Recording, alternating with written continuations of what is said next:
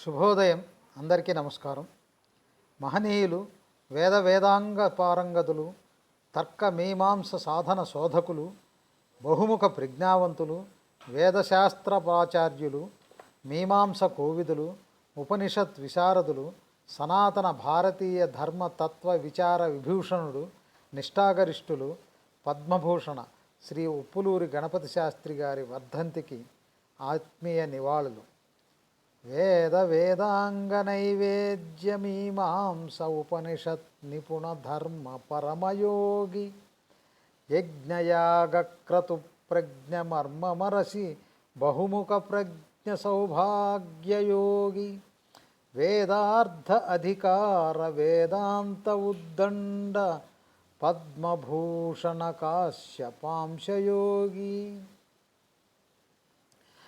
కటకట నీరంబు కళకళ జలముతో విజ్ఞత పారించు యజ్ఞయోగి సతత భారత ధర్మ శృతుల సారమునెల్ల జల్లు నింపిన ఎట్టి శతపు యోగి వేద వ్యాసుని రీతిగా వేద ఉనికి స్థితిమతులకు శృతి నింప వెతికి వేద ఉపవేద జ్యోతిష వేద సుతుడు శాస్త్రి గణపతి ఉపులూరి సాధ్యచరిత ప్రణతులర్పింతు వర్ధంతి పర్వదినము ఉప్పులూరికి వేదాంత్ర విప్రవరుక.